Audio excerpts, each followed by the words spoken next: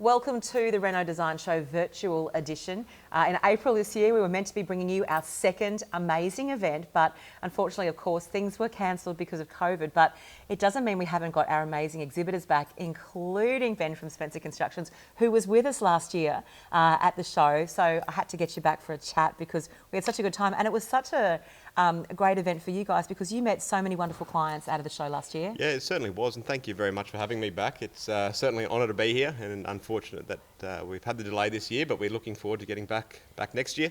Last year was a real success story for us. We had a little over 30 really good leads, executed about 9 of those, and accounted for about $2.5 million worth of construction work. Which is just extraordinary, I suppose, because people were coming ready to move. They were ready to take some action. You were able to tell them, as we're going to do today, exactly how to go about it. Yeah, we were really surprised with the amount of people that came with plans and ready to move, and even those that had plans and probably not the budget. We've worked with those closely over the last 12 months to get them to a stage now where they're ready to build. But it was meeting those clients, I suppose, and building that connection or trust level first up has certainly helped. Well, that's a huge part of what you are and what you do. How have these times been for you? We know a lot of challenges for business. What has it been like for you these past few months? Well, it certainly was daunting when COVID first hit. We did notice a drop-off of leads for probably 2 to 3 weeks. By Easter, when we sort of had some good news, the leads came back online, thick and fast, really. You know, our lead count has probably doubled, if not tripled, over the last few months, and we've been very lucky. We did make concerted effort though, straight up, when we did know that COVID was going to have some impact, to adjust our marketing and make sure that we could still work through it. Because you have quite a team at Spencer Constructions, don't you? You've got more, 20, 30 employees? Yeah, 27 employees. So managed to keep everyone ticking over and busy? Yeah, well, in this period we've actually hired 5 of those. So yeah, it's probably a good news story really for us with the COVID.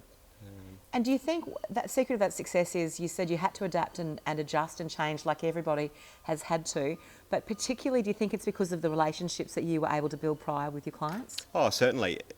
The fact that we've got a great team behind us. It's not just me in the office going out to meet clients. There's quite a few steps that our company goes through to when we first engage with the client to actually starting the build. So we've got people then in our marketing division that are able to assist and make sure we can adapt quickly when we have a bit of hiccups like COVID.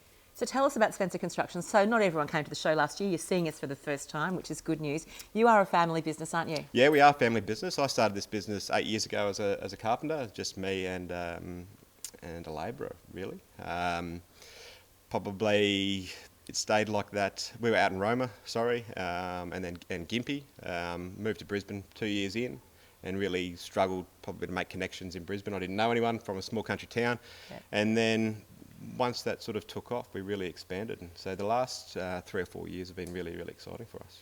And that's partly also because of the types of people you choose to work with. So you're the construction man, but you work with a whole range of architects and landscapers and all sorts of people, don't you? Yeah, we've got great relationships with a whole bunch of people, from our subbies to our architects to town planners, certifiers. And look, it's taken us quite a number of years to lock that down, but it's what we've created is a real family atmosphere. Not only, yes, my mum and dad and my wife, my cousin all work in the business, even the best man at my wedding, but as a group, even our tradies, our architects, we're one big family. So it's really, really enjoyable experience. Good stuff. I know you value your relationships. You talked about people, pause being put on a few things. What is the right time when people are on that step? They say, okay, this is it, we're going to do it. When is the right time to engage that builder? Well, really, you want to get your builder involved as soon as possible, preferably before you even get to the design stage. So a good builder is going to be able to assist in the feasibility from the construction angle, like can you actually build it, and also with your budget. Unfortunately, we see so many times clients going to their designer, rushing through the construction plans, getting certification and engineering, and they actually just can't afford what they've designed. So if they've spoken to you early, then they can get some insights into it. Yeah, and then look, they've got a couple of options then when they want to go to the designer. We can assist with recommending someone, or we're more than happy for them to source their own, but they just need to make sure that they keep their builder involved in that process. We've had quite a few awkward conversations with clients where we've done the feasibility, said, yes, what you want to do is right, and then their creative juices have flowed after they've met the architect and they've ended up with something twice the size, and unfortunately they've thrown $15,000-$20,000 against the wall and have to start again. So the other thing I'd be interested in, is it about time? I mean, people need to take their time with this rather than rushing? Oh, certainly, they need to take their time, and I think we're going to see a lot of that with the new home builder grant, with people trying to rush things through. Just be aware that you've got 3 months after signing a contract, so you've got a bit of time. You've got till the new year, and things don't have to start actually till March. So a normal process, so what we call the gestation period in our business, it takes around 12 months by the time we actually meet a client to by the time we start turning dirt. That's actually quite a time frame, isn't it? What about those big decisions about, do I raise, do I extend? Is that the sort of thing you assist with, or should they come to you with a clear idea on that stuff? No, they should come to us with an open mind. Raising and building is certainly, I suppose, the flavour of the month at the moment. There's not too many inner city streets that don't have a house being raised. It does make sense when you are in those inner suburbs to look at raising, because a lot of the time people just don't have the room. So a little known fact, Brisbane City Council won't allow you to build a footprint greater than 50% of your block. So a lot of those suburbs like your Paddingtons, Red Hills, where you've got small blocks, it's not feasible, I suppose, to extend out the back. Extensions are a cheaper alternative, but you've got to be mindful exactly what you're after. So a normal build under, we're seeing people getting an additional 2 bedrooms, another bathroom and a larger open living area. But you might be able to achieve that by just doing a 100 square metre extension off the back of your house, rather than having to lift and raise. And you mentioned those sort of inner city suburbs. What about the knockdown or rebuild altogether? Are people still sort of targeting that as well? Yeah, and look, I think there's a lot of conflicting information out there, because you've got the project builders offering, could build you a 270 square metre home for under $300,000, when in reality that's not quite accurate. That doesn't account for any demolition fees, landscaping and whatnot, but that's not a custom home either. So you just got to be wary whether your budget can allow for the home to be demolished. Also, because there are a lot, I mean, particularly in some of those areas, when you're talking about demolishing, it's the demolition fees, it's the removal, it's the asbestos usually. It's all those hidden costs. Oh, there's huge costs, and sometimes your house might not even actually be able to be demolished. Knocked down. Yeah. So people need to do all those investigations, but I guess that's something... Yeah, that's something they come to us with. We're able to help with town planners and certifiers and architects to start that ball rolling. And depending on your location, we are seeing a lot of people now looking to renovate rather than build, because especially traditional homes in your inner suburbs, there seems to be a bit more demand for those. Are people still nervous when they sort of step in, dip their toes in, as we like to say, because it's a lot of money, it's a lot of time, a lot of expense? Are people still pretty nervous when they come to see you? Yeah, I think they definitely are, and look, I think there's a bit of perception out there about building, and I don't think a lot of people trust builders. I think everyone's got a friend that's had a horror story with one, and I think that makes people wary, especially first-time renovators or home builders. But you need to let your guard down pretty quickly, get to know your builder, make sure there's a comfortable fit there. But that's the same with designer too. Once you get that it'll start to be a lot more enjoyable process. What do people, I suppose, need to be more realistic about when they are looking at the process?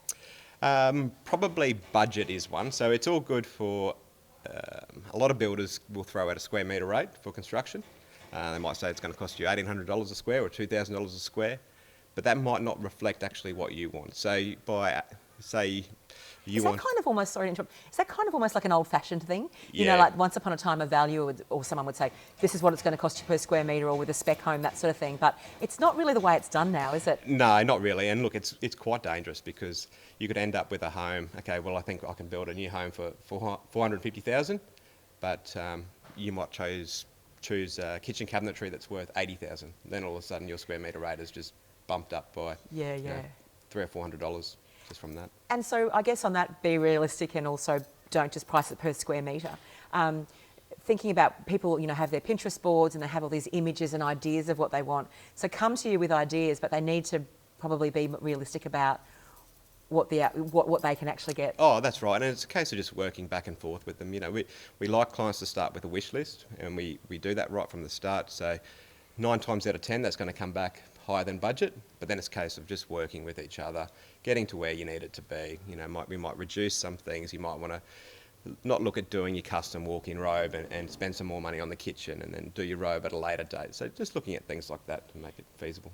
And I take it from the way you're speaking that you do get to know the clients, the families, because how they're going to live their life is really important to what you're going to do. Well, it has to be, yeah, because every family's got something different. So it might be the pool area that one family is exceptionally excited about. So they don't want to spend so much money on their kitchen, where another one might be the chef of the family and all he wants is the kitchen or the outdoor barbecue. You know, they're coming into flavour a lot at the moment, the outdoor areas with the beautiful stone bench tops and barbecue built in. So yeah, you've really got to pick up on those quirks of the family and what they're after to assist her. So take your time, allow some time, take some time, be realistic, but also talk to the builder. And talk to your builder, yeah. And look, it might take you, you might talk to a few builders before you find one that you're actually comfortable with. But, you know, once you get there, you're going to enjoy the process. Yes, there are some bumpy roads along the way, but, you know, you'll get there and you'll have a beautiful house at the end of it.